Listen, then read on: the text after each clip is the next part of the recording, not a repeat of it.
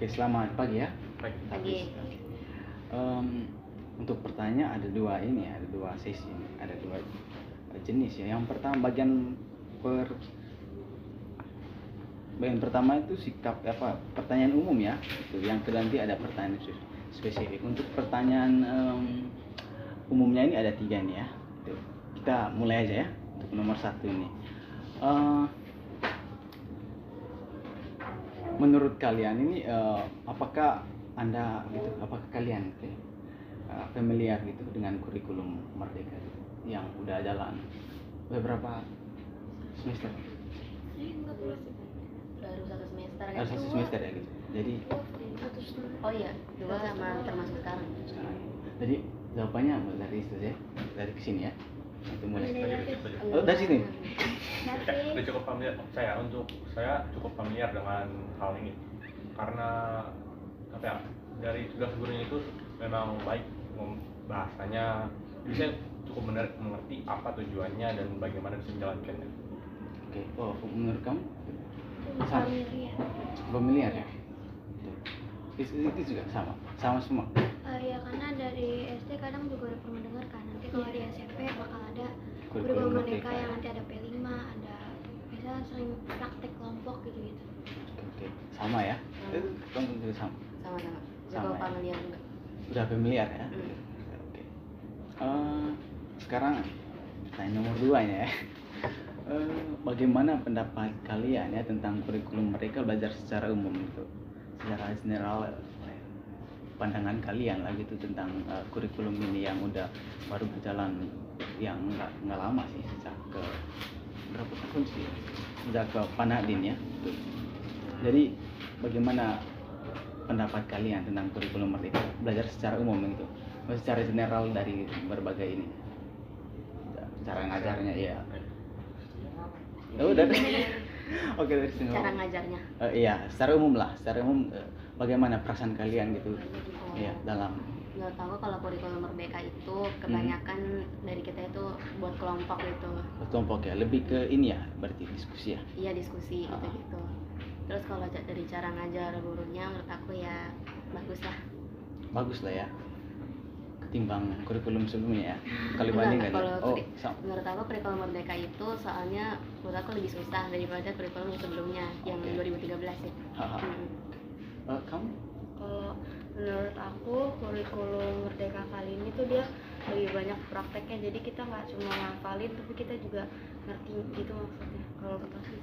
Oke. Kamu gimana? Menurut aku sih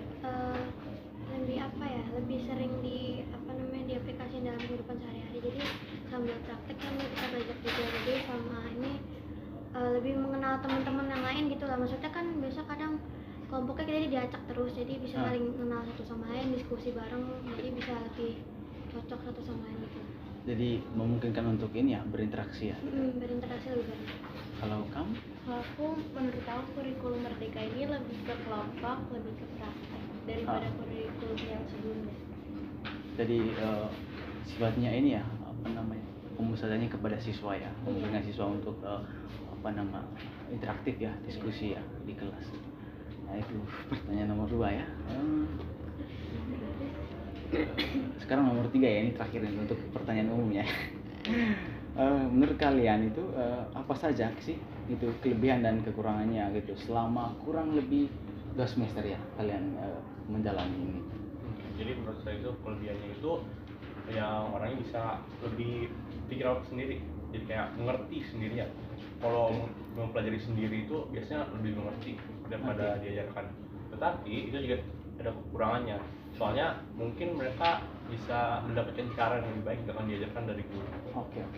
Jadi itu ya menurut kamu kekurangan dan kelebihannya dari kurikulum kita ini ya. Menurut kamu? Aku kelebihannya sih jadi kita lebih paham. Dengan kan kita juga ada praktek ya, jadi lebih mudah untuk memahami. Terus diskusinya juga jadi lebih dekat dengan teman-teman. Terus kekurangannya mungkin mungkin lebih capek karena kebanyakan praktek Jadi kebanyakan praktek ya, nggak apa-apa itu bagus. Sekarang kamu Siapa tadi namanya? Selena. Selena. Ya. Menurut aku sih paling apa ya, kelebihannya kan tadi lebih interaktif, jadi kalau sama teman-teman bisa lebih kenal, oh dia tuh sekarang kalau cara kerjanya begini ini, terus kita nggak cuma ngerti dari guru aja, maksudnya kalau misalnya belum paham teman-teman juga bisa saling bantu diskusi, ajarin sama-sama, jadi bisa belajar bareng. Kalau kekurangannya paling apa ya, kekurangan tuh capek iya, terus kadang kalau praktek kan butuh alat-alat lebih, jadi bisa ngeluarin uang yang cukup lumayan ya, motong duit jajan juga. Jadi itu ya tadi. Oh, itu kelebihannya. Kekurangannya? Kekurangan tadi itu yang apa, kayak Capek ya? sama, Oke, sama ya. banyak Berarti keluar uang juga gitu buat hampir mirip ya. alat-alatnya. Oke. Itu gimana? Kalau aku juga sama sih, kurang lebih diskusinya pertama, jadi kita bisa tahu sifat-sifat teman kita, mana yang cocok sama kita. Terus kalau misal udah saling kenal kan, kalau misal ada kelompok lagi kita jadi tahu bagian-bagian kerjanya kan, kerja ini kerja itu. Terus kalau misal dari praktek-prakteknya lebih mudah memahami semuanya, karena nggak cuman kita membaca, tulis atau ngafalin materinya. Habis itu kalau kekurangannya sama kayak Selena tadi, ngeluarin biaya banyak buat beli peralatannya kayak P5 gitu, sama capek sih. Capek ya. Kalau ini yang terakhir. Kalau menurut pengalaman pribadi aku, kalau mereka kan kebanyakan kelompok. Nah, kelompok kelebihannya itu benar, kayak lebih bisa bekerja sama teman. Cuman kekurangannya menurut aku kadang-kadang kan suka ada tuh temen yang nggak mau kerja. Nah, Oke ya kan bagusin.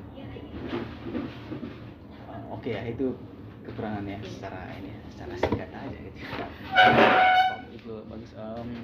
Sekarang kita akan melompat ya ke ini, ke pertanyaan yang spesifik ini ya. Jadi ini pertanyaan ada 5 ini, ada 6 ya, sama ya. Tuh. Ini pertanyaan yang pertama ini, bagaimana pengalaman kalian sih gitu selama dengan kurikulum merdeka ini? Pengalaman saat kalian tuh bersentuhan apa dalam kurang lebih berapa ini? Semester ya itu. Jadi pengalaman apa itu tadi? Pengalamannya gimana sih itu perasaannya? Ini nyaris ini ya, tapi ini lebih spesifik sih.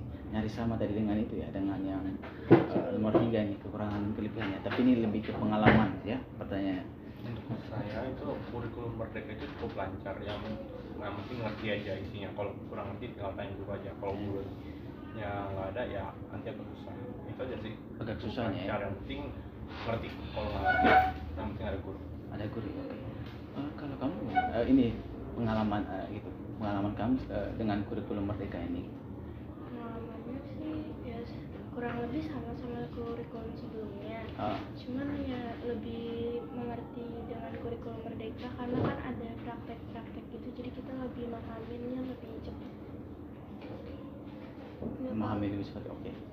Kamu gimana? Kalau menurut aku paling kadang kan pelajarannya tuh jadi lebih cepet gitu kan, karena biasa ada beberapa kelas 8 atau kelas 9 yang pelajarannya ternyata sama kayak kita karena masih kurtilas kan. Jadi kita tuh pelajarannya kayak lebih maju sedikit gitu loh. Sekarang ada beberapa yang susah, tapi karena kurikulum merdeka ini kan kebanyakan kelompok, jadi sama temen tuh biasa suka lebih ngerti karena diajarin temen juga gitu. Oke. Bagus ya. Oke. Next. Kalau aku hampir sama kayak dia, kurikulum merdeka kan lebih maju juga. Sebelum kita baca misal bab 1 atau bab selanjutnya, kita kan disuruh baca tujuan-tujuan pembelajarannya, jadi kita lebih paham gitu tujuan kita belajar ini tuh buat apa gitu sih. Oke.